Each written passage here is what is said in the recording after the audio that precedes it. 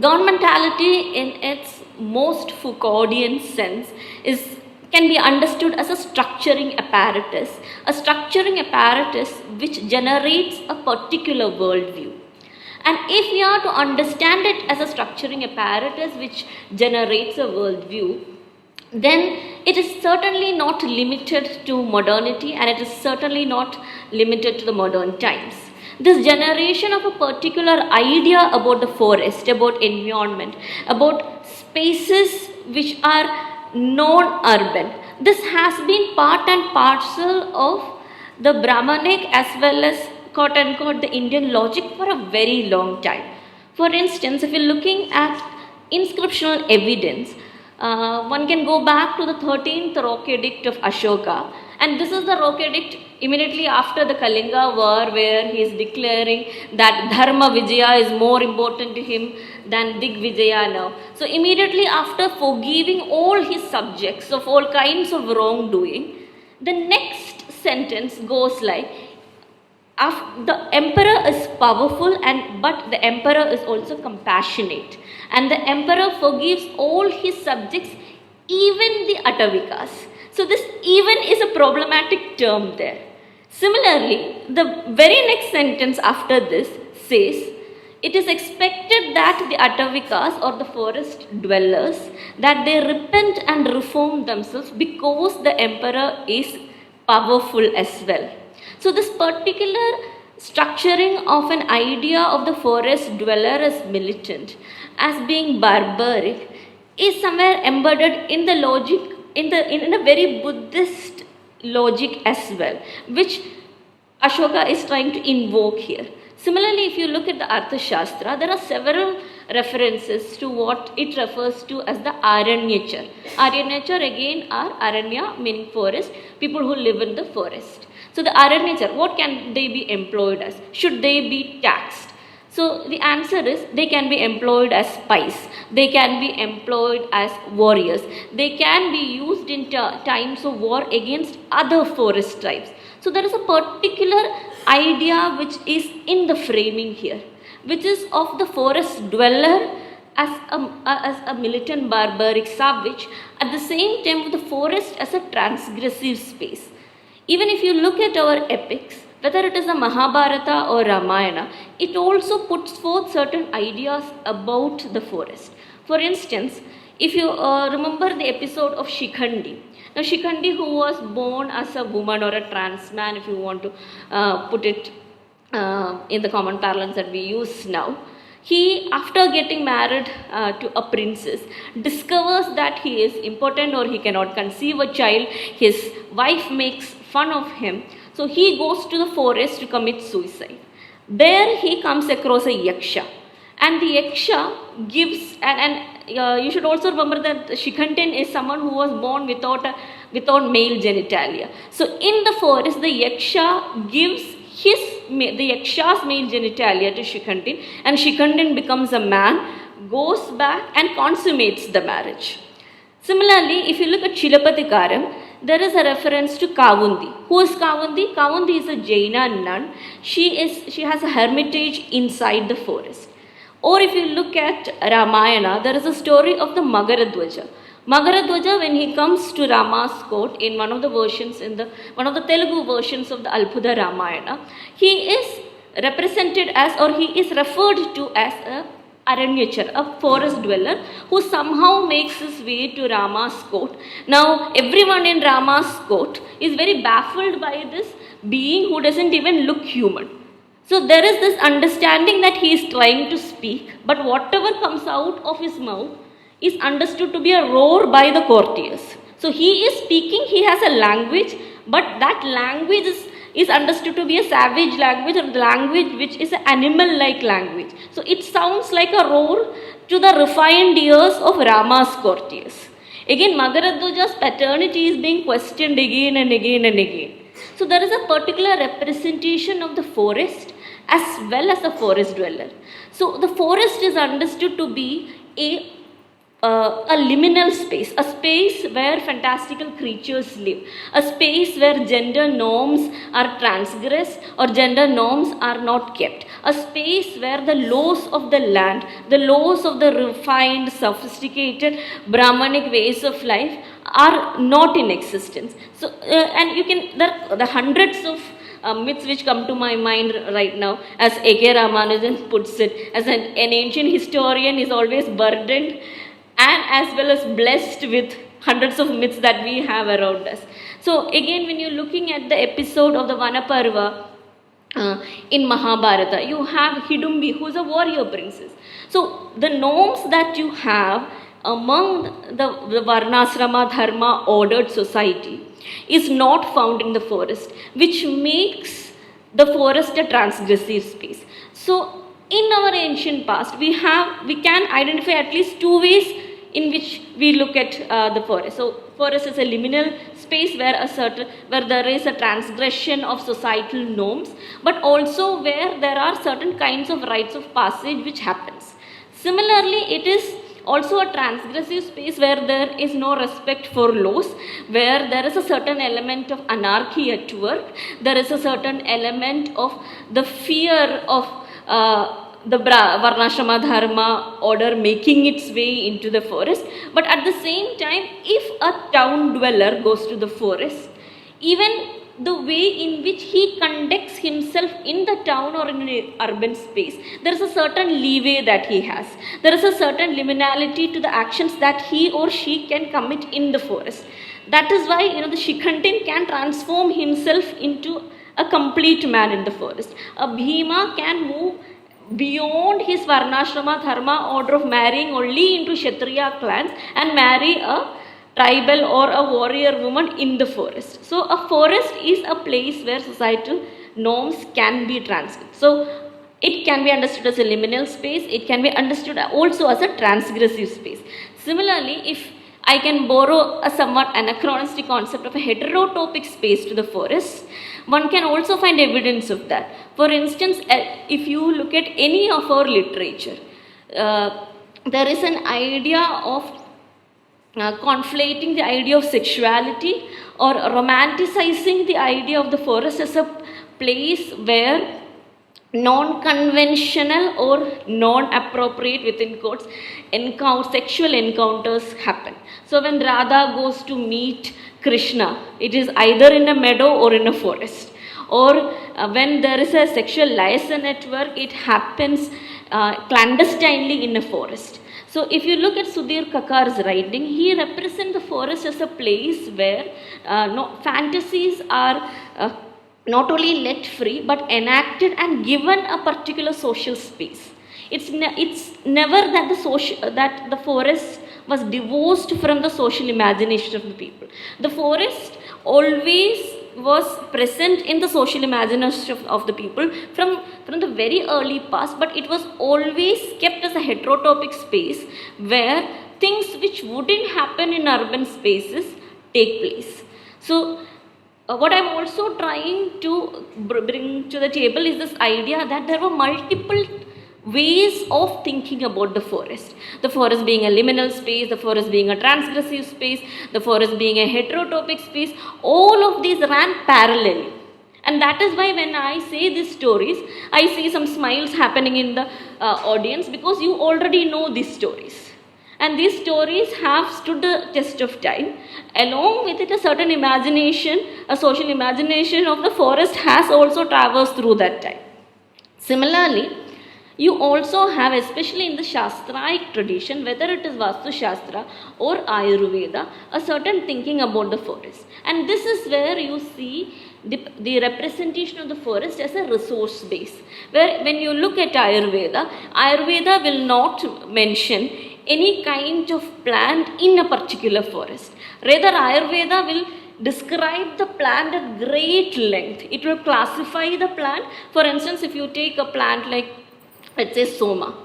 So it will tell you what Soma looks like, what Soma's leaves are, which color of green the leaves are of, what it can be used for, what kind of diseases can be cured by it, what kind of ritual practices can be done with Soma. So all of this knowledge would be there in Susruta Samhita or Charaka Samhita, but it is a disembodied Soma that you are looking at. It is not Soma in the forest. It is not the people tree in the forest. It is not the jackfruit or the plantain tree in the orchard. Rather, it is the Soma which can be used as medicine. So it is a disembodied, distilled environmental or botanical element that finds representation in the Shastraic tradition. The Shastraic tradition which has been understood as ancient, quote unquote, ancient science. Similarly, if you look at Vastu Shastra text, Vastu Shastra will go into great depths to analyze soil. So Vastu Shastra has 4 categories of soil. Vastu Shastra has Kshatriya soil. Kshatriya soil will be red in color, and then Vastu Shastra has Brahmana soil. I am not making any of this up. You can either check Manushalaya Chandrika or Vishwakarmiyam. And the first or the second chapter will start with soil analysis, and it will look like a table that geologists use today. So, and then Brahmana soil will have yellow color, Shudra soil will be brownish in color, so on and so forth. And then it will also say the soil will have the taste of jaggery, or the soil will have the taste of butter, so on and so forth. But this again is a disembodied soil analysis, which, so sorry for using the term, but for the want of another term, a soil analysis which is happening, which is taken out of its context and placed in another context so as to suit the logic of a ruling regime. For instance, the overarching idea of Vastu Shastra text, and Vastu Shastra is something that all of us, maybe not all of us, but most of us adhere to. But if you go at depth through this text, so text after text after text has only 2 anxieties. The first anxiety is that the role of the king has to be reinforced or buffered from all sides. So there is this anxiety about anarchy. There is a reinforcing and a refocusing and a re-emphasis of the need of the king to have power over land, and all kinds of land, be it forest, water bodies, places where people live, places where temples are to be built, so on and so forth. The second anxiety is about the intermixing of caste, which also has a gender question there, and every ploy, every mechanism will be put to work so that women are invisibilized. So the kitchen will always face a place where there is a wall. It will always be in a place where there's a lot of sunlight, but there is less of wind. It will be in the most internal part of the house. So let me not go into that. But what is to be understood here is that there is another larger rhetoric at work in the Shastraic tradition. And within the Shastraic tradition, there is a particular representation of the forest and the environment. And what is this representation? This representation is of a distillation of knowledge, that you cherry pick from the existing networks of knowledge, you cherry pick certain elements which are most suited and most appropriate for the ruling discourse to manifest itself and express itself. So generating a particular worldview where the ruling apparatus will be or the ruling of the ruling apparatus will be made most convenient. And this is a theme that you see being invoked again and again and again in Brahmanic literature, whether it is prescriptive literature or proscriptive literature. For instance, if you look at the Smriti literature, well, in the Narada Smriti, there is a certain theorization of the forest. The forest is understood to be a place where you can get resources from. But what are the resources? So you can get timber from the forest, you get honey from the forest, you get bee wax from the forest. But who gets, but there is no mention of who gets the honey, who cuts the timber, were there beekeepers. So again, in the kind of jurisprudence which the idea of jurisprudence which is put forth by the Narada Smriti or the Brihaspati Smriti, you have an idea of a peopleless forest, which unfortunately I think we have inherited. So when we talk about the forest is full of trees, the forest is full of animals, there are no people in the forest. But this idea of the peopleless forest is where you are narrowing down the forest to a resource base, where you're narrowing down the multiple ways of thinking about forest that we have had in the past to the forest as only a resource base. This is a very anthropocentric way of thinking. It is very similar to how we structure thinking about women. Women have to be educated because she has to teach family. If women are educated, then children will be educated, the society will progress if you have educated families, so on and so forth. So women are educated not because women are individuals. Women should be educated for the good, for the sake of the families and for societal progress. Similarly, you're talking about a particular imagination of the forest where you're reducing forest to one particular thing, one particular phenomena. At the same time, you are completely disembodying it from people.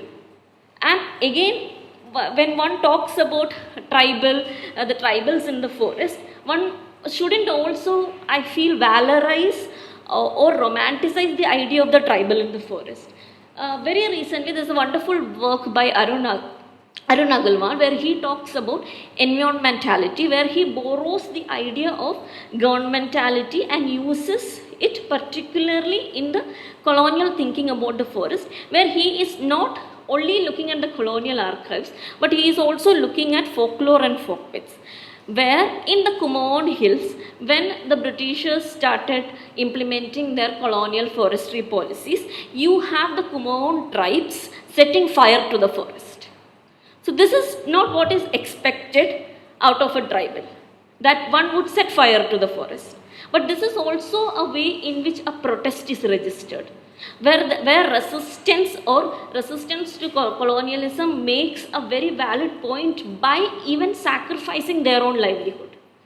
So where your living space is infringed upon, you take to militant activities, and then those militant activities itself is used against you in a very colonial logic where you are represented as a militant tribe.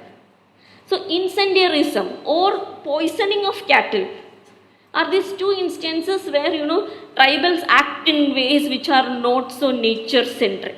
So somewhere we have to understand the tribals or the forest dwellers also as people like you and me.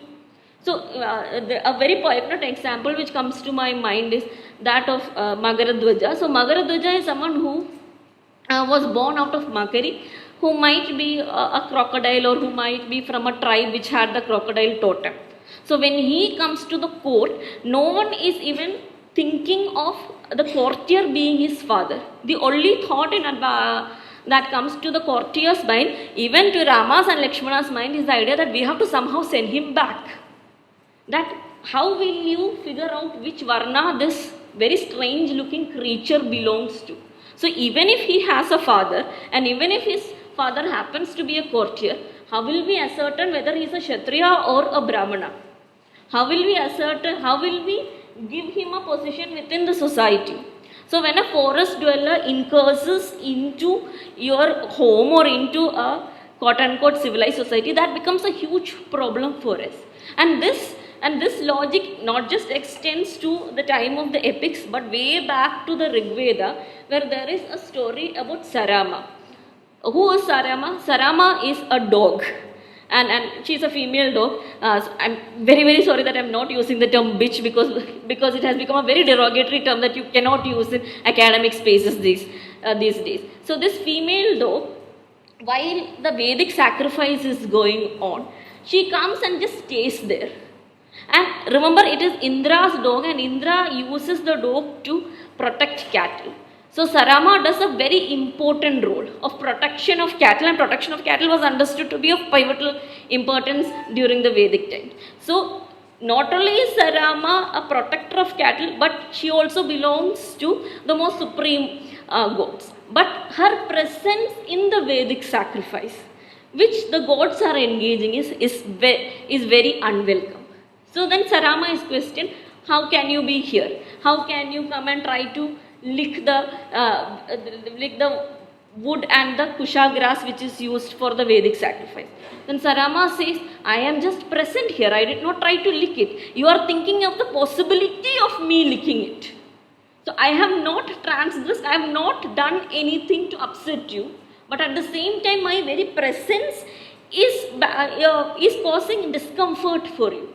And this is where, when you're talking about environment, we also have to talk about exclusion.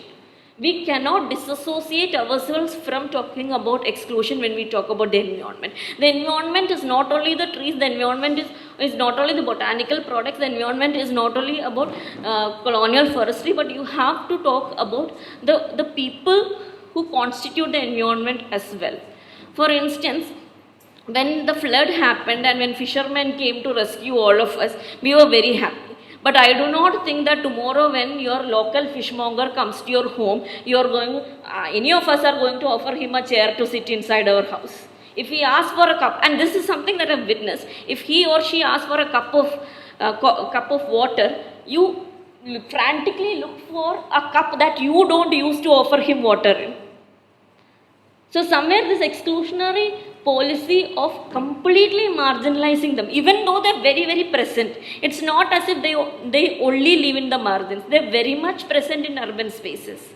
I saw this interview about Vava Suresh, and it is something that moved me to tears, where he talks about this instance that he had to face, where he went to catch a snake in one of the flats. And remember, the snake is in its right place, because we have built the flats where the snakes used to live. So now you are removing an environmental element or environmental being from its rightful space using a person, using a human being. And he comes to catch the snake, and after he catches the snake, he is not even offered a seat inside the house. He is not given food inside the house.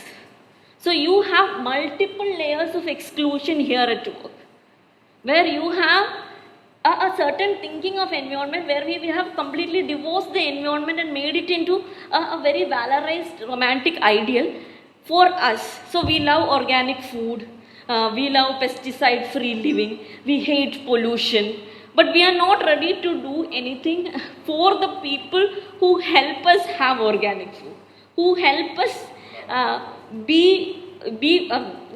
who help us be more healthy, or who help us have the ideal of well-being that we wish to live. So any discourse on environment shouldn't divorce itself from discourses about multiple imaginations of the environment being or the forest space, or the coastal space, or the orchards being spaces which are more than resource bases. If we think of them only as resource bases, then we are buying ourselves into that colonial logic. The forest should be there for the forest's sake, not only for our sake. So I leave you with one incident which Aruna Agarwal speaks about in terms of governmentality, where he had a bull, where a Kumaoni hill tribesman had a bull, and the bull was used for jhum cultivation, and the bull was the pride of the family, because this particular farmer, whose name I am forgetting, I'm sorry, was the only one who possessed a bull. And at a particular juncture, when the bull molds a boy of the neighboring tribe, he kills the bull so as to avoid a conflict with the neighboring tribe. So you also have to think about the sociality and the morality of the tribal person, who will forsake his livelihood, who will forsake his honor, his prestige, so as to ensure a semblance, I am not even calling it peace, a semblance of peace.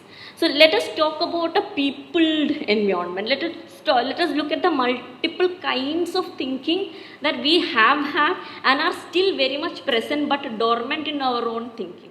With that, let me come to an end. Thank you.